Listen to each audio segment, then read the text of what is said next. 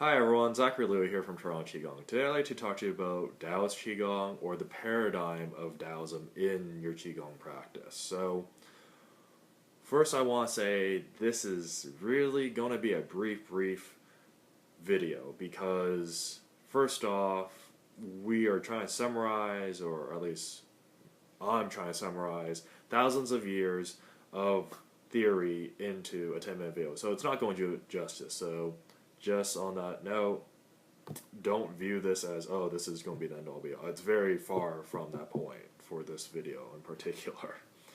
So let's begin with what Taoism is. Taoism is a philosophical system that derived in about the Warring States era when the Greeks were fighting it out with the Persians. Historically, that's around 475 BCE, and this time period goes all the way down to, I think, 200 something BC. So it gets smaller and smaller as the increments of history go down. But with that said, it's about a 250-year period of what we call the Warring States era in China, and that's really where this fertile soil got cultivated for Taoism to arrive. And Taoism, though from an oral tradition, we don't know how long it lasted. From the book, the Daoist Qigong, came about around this time period of the Warring States, and it was really affiliated to someone called Lao Tzu. Now, Lao Tzu was an astrologer in one of the state courts, and then after being a librarian and an astrologer, he was saying, well, alright, this is great, I'm just going to move on now and really relax. So when we look at it from that perspective, when he wrote this treatise on the Daoist Qigong, this treatise was really working about how do you relax into yourself, how do you relax into the world, how can you be peaceful, and really being in touch with everything. And when we want to look at it from that perspective, there was a slight skew to political stability. Almost every philosophy in the Warring States era did have a skew to political stability, just because if you're in a time of war, you're looking for the best solution to peace. Now, many different schools came about, hence why we have a quote-unquote name called the 100 Schools of Thought, for a reference to the Warring States era. And all these schools of thought had different perspectives saying, I'm right, this is the way I do it, and Taoism was just one of those schools. Now, flashpoint to the future.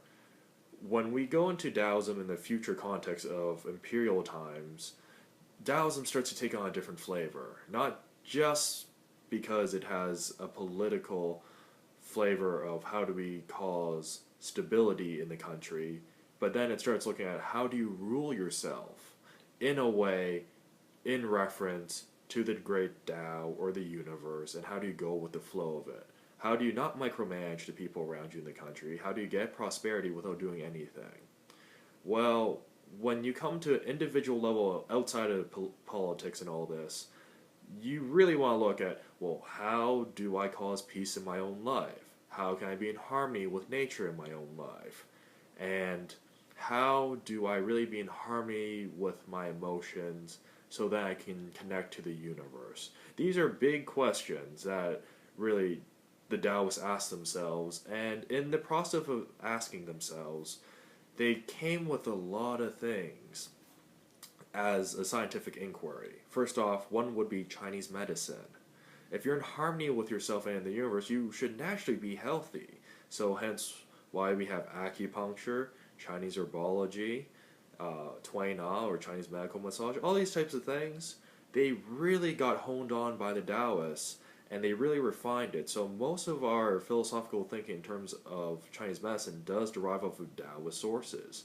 Their meridians, their Taoists, the Wuxian, or those organs, and their elements per se, though that was a different school of thinking, the Taoists synthesized it and took it into their own philosophical thinking. So you can say, yes, that is a Taoist way of thinking.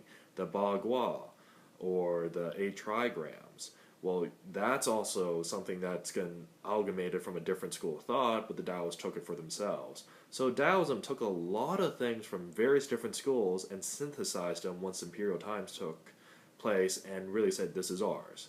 And then they started applying it to the physical body because that's when, if I'm man and the earth is below me, heaven's above me, being the three layers, I should be in harmony with all of them, meaning I should be perfectly healthy. Now, what does this mean from a Qigong perspective now that we understand these building blocks came from Taoism? Well, the idea first of harmonizing with just about everything in the world, being able to turn negative to positive, and just finding a balance between the two poles. Are you too active? Are you too sedentary? Are you moving enough? Are you not moving enough? Yin and yang. When you go into five elements now, are you too hot? Like, are you too fiery? Are you too watery? Are you too earthy? Are you too woody? Or are you too, woody? Or are you too metal-like? So when we start doing this, it's always an interaction, a mixture, a dance between the five elements, or anything in Taoism is really a dance between opposites. How do I bring everything to balance, and how do I be that equilibrium point?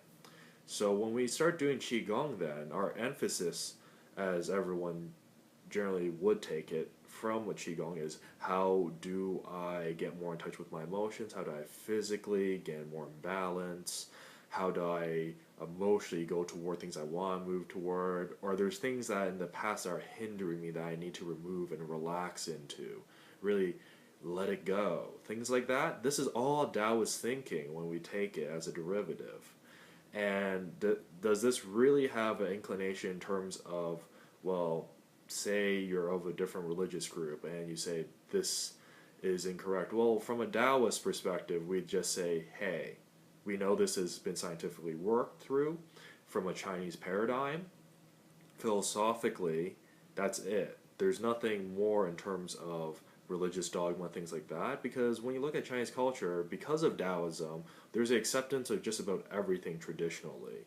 And then at that point, you take what you can and you throw away what's not useful. So really, it's this whole scientific inquiry that we have in the modern day, or scientific method. See if it works. If it doesn't work, drop it. And that's basically what was cultivated really through Taoism in terms of its theory and viewpoints on Qigong. So in short summary, Taoism really focused and perfected medical Qigong, health Qigong, and even in terms of more spiritual traditions, it worked on how to work on the body to be healthy enough to say, I am a spiritual being, or I am living a spiritual life. Because if you have good health, by derivative from a Taoist paradigm, that is living a nice spiritual life, because you can reap all the benefits of this life at this time, which is very fundamentally a Chinese thing compared to, say, other philosophical schools of thinking. So that's why there's such an emphasis on health. And though Taoism did pull all these systems together, such as astrology, Chinese medicine, yin-yang, five-element school, a trigram school, even some Confucian or Buddhist schools, things like that, Taoism really is just, in an essential point, going with the flow, harmonizing your life with nature. Because once you're one with nature, you're one with yourself. Without all the layers, strip away everything because you don't need it. And if you do need it, it's by choice at that point, and not because of a need that you need it in terms of insecurity. That's the word I'm looking for. Insecurity. At that point, it's a choice if you put on layers, because at that point, it's fun. And when you're one and connected to the universe, the Tao, yourself, the energy body, all these types of things from a Qigong perspective, your life simply just gets better. So being in the moment, being present, enjoying everything, and just going with the flow. That's essentially Taoism distilled in a really, really small nutshell. It could be extrapolated much, much more, but we can really view Taoism as just go with the flow. So for more information on Qigong in general, or just theory, go to TorontoQigong.com, subscribe below, And if you have any information that you would like to hear about, do comment or email me, and then I'll take a look at it. So I'll see you all at the website then. Thank you.